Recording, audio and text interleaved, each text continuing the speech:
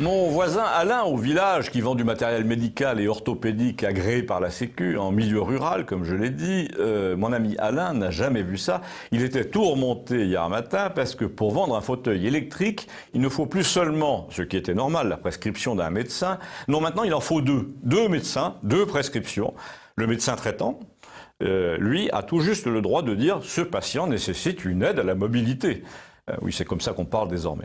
Mais il n'a plus le droit de décréter que le patient, tel qu'il est après examen, est capable de se servir d'un fauteuil roulant électrique. Non, ça, il faut qu'un rhumatologue donne son avis après la visite au premier médecin pour juger lui-même, en homme de l'art, en homme qui connaît son affaire, pour juger de l'aptitude du patient à appuyer sur le bouton du fauteuil pour aller à droite ou à gauche. Et cette visite chez le rhumatologue, pour s'entendre dire « appuyez là, est-ce que ça vous fait mal ?», non seulement a lieu à 40 km, mais ces kilomètres s'effectuent en ambulance aller-retour, évidemment, le tout payé par la Sécu, alors que la fille du patient se proposait de le conduire dans sa Renault Clio. Mais vous n'y pensez pas, la Sécu et les mutuelles sont là pour ça. De même qu'apparemment, le fait de dire à un généraliste d'éviter de poser la question « est-ce que ça vous fait mal ?», a pour but de ménager le travail et les honoraires d'un autre médecin, un spécialiste rhumatologue, donc, qui donne au passage ses rendez-vous avec un mois de délai. Alors on s'interroge évidemment sur les raisons d'une telle gabegie, parce que ménager le travail des rhumatologues, ça paraît un peu mince. Alors l'idée ne serait-elle pas par hasard que l'on soupçonne les médecins d'avoir des complaisances dans leur prescription pour du matériel électrique assez cher et remboursé ? C'est possible, mais au moins qu'on le dise, proteste mon ami Alain. À la Sécu, en ce moment, prétend-il, l'attitude la plus fréquente, c'est de ne dire ni oui ni non, de traîner les pieds dès qu'on peut.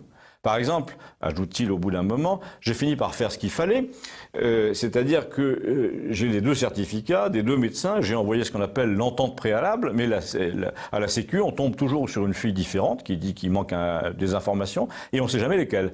Le patient n'est donc pas livré, je ne vends pas mon matériel électrique et nous dépendons tous les deux du bon ou du mauvais vouloir de ces gens-là. Là, je me permets, moi, de commenter cette dernière phrase qui me paraît en effet symptomatique de ce qui nous arrive. Il devient extrêmement fréquent que les détenteurs d'une autorité quelconque dans l'administration fassent durer une procédure ou introduisent le doute dans un dossier parce que c'est le seul pouvoir qu'il leur reste et qui s'y accroche. Ça consiste à dire, puisque tout est codifié, prévu, puisque j'ai plus qu'un pouvoir d'enregistrement, eh bien, libre à moi d'enregistrer ou non. Et de dire que l'administré attendra, le fournisseur, le demandeur. Alors là, on pourrait tout de même rappeler à ces gens que la vie des autres est faite d'angoisse, d'attente, de frustration, que le devoir de chacun est de comprendre, de devancer, d'imaginer ce que les gens ressentent. Quand on traîne pour un papier, on peut être un criminel, on peut commettre le crime parfait. Ça peut mener à des licenciements, à des suicides, à des désespoirs sans commune mesure avec l'orgueil du petit chef de bureau bien encarté, bien syndiqué, qui dit « ils attendront ».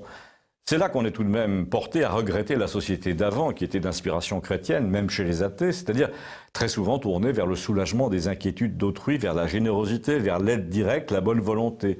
Tandis que le socialisme laïcard, militant, profiteur, non, vous avez mal entendu, j'ai pas dit franc-maçon, celui des années Hollande est devenu le règne de la mauvaise volonté haineuse. Tout le monde a pu l'observer, et si vous l'avez observé vous-même, dites-le moi une bonne fois, merci. On retrouve ce sujet sur Campagnol TVL et dans Boulevard Voltaire. Merci.